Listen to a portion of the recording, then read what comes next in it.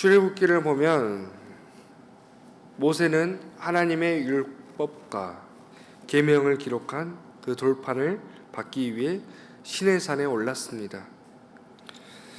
그런데 모세가 이 산에 올랐을 때에 산 아래에 있던 백성들은 무엇을 하고 있었습니까? 모세가 내려옴이 더디자 그들은 아론을 찾아가서 우리를 위하여 우리를 인도할 신을 만들라고 이렇게 요청하고 있습니다. 모세가 이 증거판에 새긴 하나님의 말씀을 가져오기도 전에 이미 그 백성들은 하나님을 등지고 이 신상을 만들었습니다. 금송아지 상을 만들어서 그것에게 경배하였습니다. 하나님께서 출애굽 사건을 통해서 그분의 약속을 지키신다는 사실을 직접 백성들에게 보여주셨지만 그들은 하나님의 약속을 믿지 못하였던 것입니다. 그들에게 이런 믿음이 없었습니다. 오늘 본문을 보면 예수님의 제자들 또한 이와 비슷합니다. 우리가 이 마태복음 17장을 보면 먼저 예수님께서 베드로와 야고보 그의 형제 요한을 데리고 이 산에 오르셨습니다. 산에 오른 제자들은 영광스러운 모습으로 변형된 주님과 이 모세와 엘리야와 대화하는 그러한 모습을 보게 됩니다. 이 흰옷과 빛나는 표징은 앞으로 있을 이 부활을 미리 보여주는 표징이었습니다. 그러나 베드로는 어떻게 합니까? 오히려 예수님께 우리가 여기 있는 게 좋으니 초막 셋을 짓자고 이렇게 말하는 것입니다. 이렇게 베드로는 자신이 할 수 없는 일에 매달리며 예수님의 그 고난을 막으려 했습니다. 이렇게 제자들의 모습을 보면 이러한 믿음 없는 행동을 반복하고 있습니다. 그리고 오늘 우리가 읽은 본문을 보면 예수님께서 산 위에 있을 때에 나머지 제자들 역시도 이스라엘 백성들과 같은 모습을 보이고 있습니다. 오늘 본문은 이 변화사 사건 이후의 이야기를 다루고 있습니다.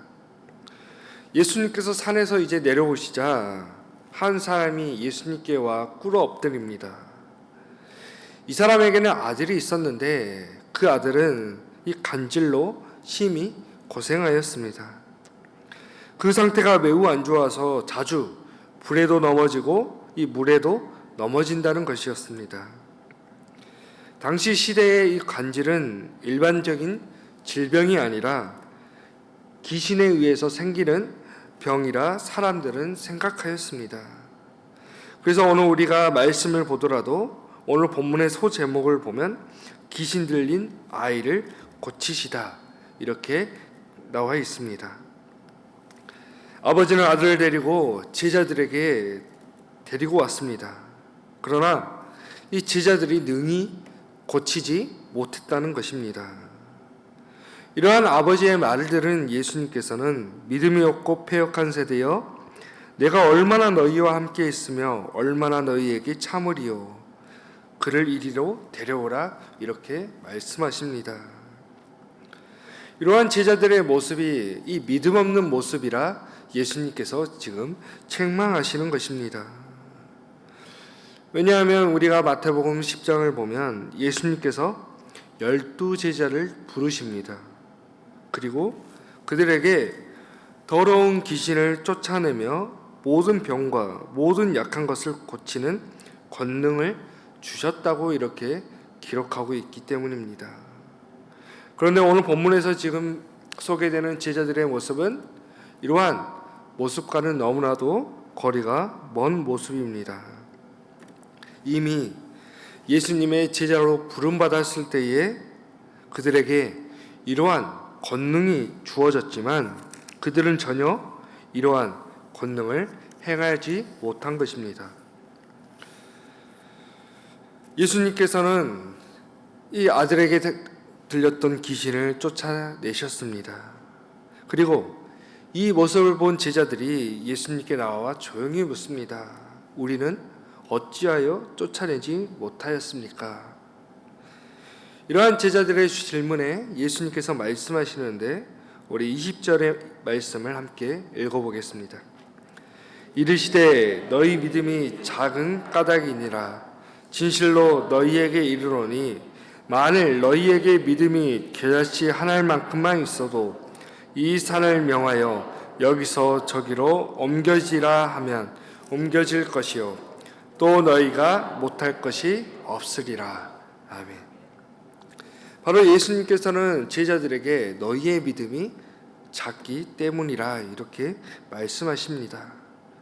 그러시면서 믿음이 겨자씨 한 알만큼만 있어도 이 산을 명하여 옮길 수 있다 이렇게 말씀하고 계십니다. 바로 오늘 본문의 핵심 주제가 바로 이 믿음인 것입니다. 예수님께서 말씀하신 이 겨자씨는 굉장히 크기가 작습니다. 바로 이 겨자씨만한 믿음, 이 우리에게 이 작은 믿음이 있더라도 큰 역사를 일으킬 수 있다는 것입니다. 그래서 우리가 예수님의 말씀을 보면 지금 이 제자들에게는 이런 겨자씨 한 알만큼만의 믿음도 없었다는 것을 알 수 있습니다. 이미 그들은 예수님께 권능을 받았지만 전혀 이러한 권능을 예수님께 받은 그 성령의 능력을 신뢰하지 못한 것입니다. 이러한 제자들의 모습을 보신 예수님께서는 너무나도 답답하셨습니다. 곧 이들을 이제 떠나셔야 되는데 제자들은 이제 예수님의 사역을 이어받아야 했지만 너무나도 부족했기 때문입니다. 이어서 본문은 새로운 장면으로 전환되는데 예수님과 제자들이 갈릴리에 모였습니다. 그러면서 예수님께서 제자들에게 인자가 장차 사람들의 손에 넘겨져 죽임을 당하고 제3일에 살아나리라 하시는 이 두 번째의 고난과 부활에 대해 말씀하셨습니다. 그런데 제자들의 모습은 어떻게 합니까? 예수님의 말씀을 듣고 매우 근심하였습니다. 이렇게 제자들이 근심한 이유는 무엇입니까? 바로 예수님의 말씀을 쉽게 받아들일 수 없었기 때문입니다. 제자들은 예수님의 그 제자의 삶 중에서 가장 기대하였던 것은 예수님께서 이 세상의 왕위에 오르셨을 때에 그 옆자리에 앉는 것이었습니다. 예수님과는 너무나도 다른 것을 꿈꾸고 있었습니다. 그렇기 때문에 메시아이신 예수님께서 고난당하신다는 사실을 받아들일 수 없었던 것입니다. 이렇게 제자들은 예수님의 이 고난에 대해서 들었지만 이것을 받아들이지 못하였고 또한 예수님께서 3일 만에 다시 부활할 것이라는 그러한 이야기를 들었지만 그들은 전혀 듣지 못한 것입니다. 그리고 오늘 본문은 마지막으로 성전세에 관한 논쟁을 다루고 있습니다. 20세 이상이 된 모든 남자들은 매년 이 성전세를 내야 했습니다. 이것이 바로 이제 오늘 본문에서 말하는 반세겔인데 예수님 당시의 성전세는 이제 2드라크마였습니다. 이 성전세가 이제 예루살렘 성전에서 이 제사를 하는 데 드는 이러한 비용에 사용되었습니다. 그런데 사람들이 베드로에게 찾아와 왜 너희 선생은 이 반세겔을 내지 않느냐 하면서 이렇게 질문하는 것이었습니다. 사람들의 말을 들은 베드로는 예수님도 내신다 하면서 이렇게 마땅히 예수님도 성전세를 내야 된다고 이렇게 생각했던 것 같습니다. 베드로가 집에 들어가자 예수님께서 먼저 베드로에게 임금이 관세와 국세를 누구에게서 받는지, 아들과 타인 중에서 이 두 사람 중에서 누구에게 받는지 질문합니다. 베드로는 당연히 타인이라 말하고 있습니다. 그러면서 예수님께서는 알을 들은 새를 멸하리라, 바로 자유하게 되리라 이렇게 말씀하시죠. 그러나 우리가 그들이 실족하지 않게 하기 위하여 네가 바다에 가서 낚시를 던져 먼저 오르는 고기를 가져 입을 열면 돈 한 세겔을 얻을 것이니 가져다가 나와 너를 위하여 주라 이렇게 말씀하십니다. 이 이야기의 핵심은 바로 왜 예수님께서 성전세를 내지 않아도 되는지를 이렇게 질문하는 것입니다. 바로 이 이야기를 통해서 주님은 지금 자신과 제자들이 하나님의 자녀라는 사실을 이렇게 말해주고 있는 것입니다.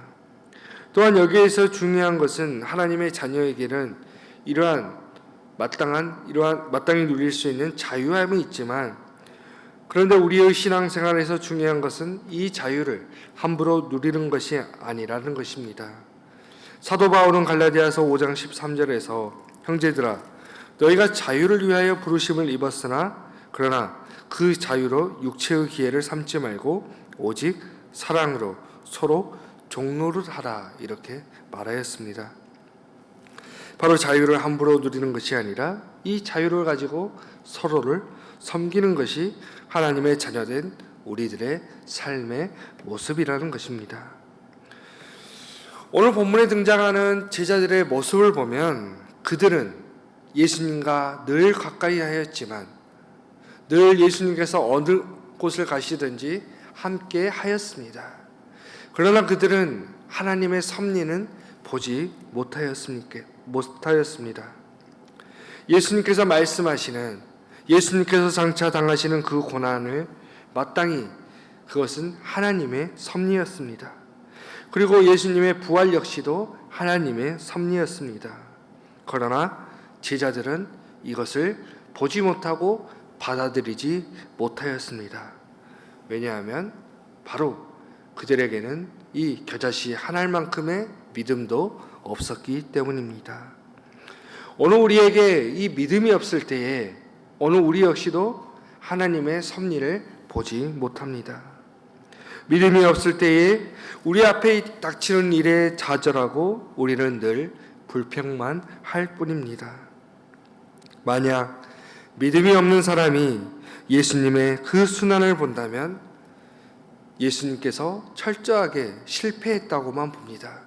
예수님을 하나님의 아들이 아니라 바로 사람의 아들로 보는 것입니다. 예수님께서 십자가에 달리셨을 때의 무리들은 예수님을 실패자로 보았습니다. 그러나 오늘 우리에게 믿음이 있다면, 믿음의 눈으로 본다면 예수님의 고난은 하나님의 섭리이며 바로 구원의 사건인 것입니다. 바로 이 겨자씨만한 믿음만 있어도 오늘 우리는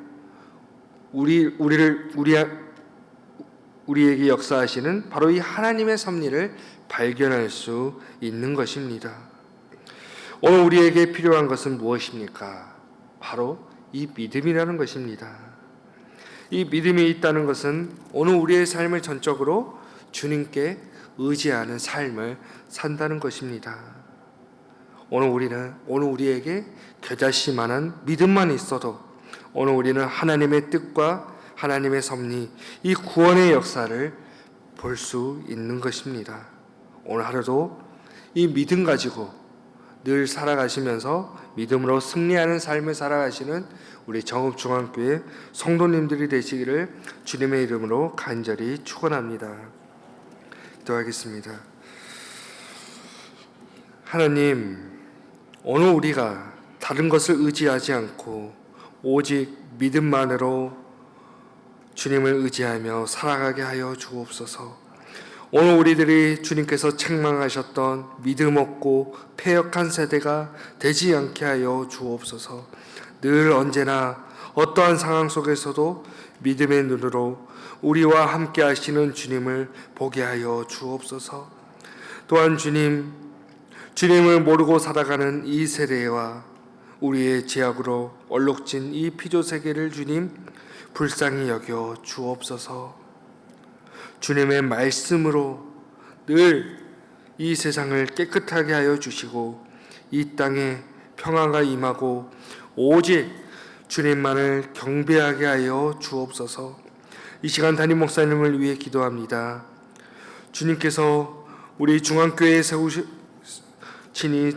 중앙교회 위에 세워주셨으니 늘 능력을 더하여 주시고 우리 교회가 말씀 위에 든든히 세워질 수 있도록 능히 우리 담임 목사님을 기이 써 주시옵소서. 오늘 하루도 우리 교우들 다른 것을 보지 않고 오직 믿음 가지고서 담대히 이기며 살아가게 하여 주옵소서. 주 예수 그리스도의 은혜와 하나님의 사랑과 성령님의 사귐이 겨자씨만한 믿음으로 산을 옮기는 능력을 행하며 살아가는 성도들에게 지금부터 영원토록 함께 하시기를 간절히 축원하옵나이다. 아멘.